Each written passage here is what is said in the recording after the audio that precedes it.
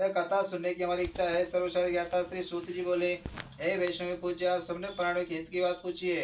अब मैं उन श्रेष्ठ व्रत को आप लोगों से कहूंगा जिस व्रत को नारद जी ने लक्ष्मी नारायण से पूछा था और लक्ष्मीपति ने मुनिश्रेष्ठ नारद से कहा था। सो ध्यान से सुनो।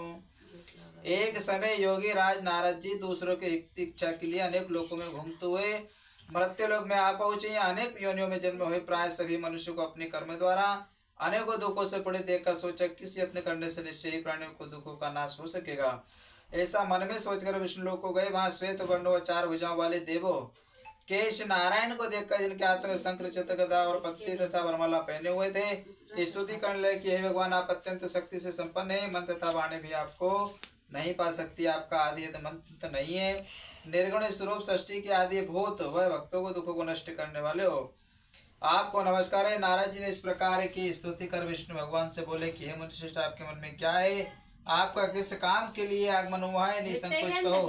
तब नारद मुनि बोले, हे मृत्यु लोक में सब मनुष्य जो अनेक योनि में पैदा हुए हैं, अपने अपने कर्मों के द्वारा अनेक प्रकार के दुखों से दुखित हो रहे हैं।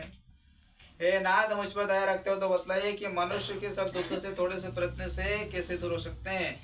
श्री भगवान जी बोले कि हे नारद, मनुष्य की भलाई के लिए तुमने बहुत अच्छी बात पूछी है। जिस काम के करने से मनुष्य मोह से छूट जाता है, वह मैं कहता हूँ सुनो। बहुत पुण्य देने वाला, स्वर्ग तथा मृत्यु लोक दोनों में दुर्लभ एक उत्तम व्रत है।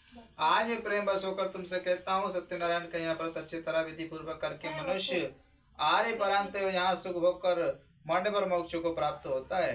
हे भगवान के वचन सुनकर नारद मुनि बोले कि उस व्रत का क्या फल है, क्या विधान है, और किसने यह व्रत किया है और किस दिन यह व्रत करना चाहिए, विस्तार से कहिए। भगवान बोले कि दुखों से शोक आदि को दूर करने वाला, धन धान्य को बढ़ाने वाला, सौभाग्य तथा संतान को देने वाला है, व्रत सब स्थानों पर विजयी करने वाला है। भक्ति संतान को देने वाला है, व्रत सब स्थानों पर विजयी कराने वाला है।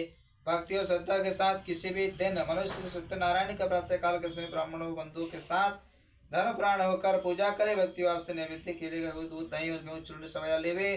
गेहूं के हवा में साठी का चूर्ण, शक्कर तथा गुड़ ले और सब भक्षण युक्त पदार्थ कराकर जमा कर के भगवान को अर्पण कर देवे तथा बंधुओं सहित ब्राह्मणों को भोजन करावे। पश्चात स्वयं भोजन करे। नृत्य गीत आदि का आचरण कर सत्यनारायण भगवान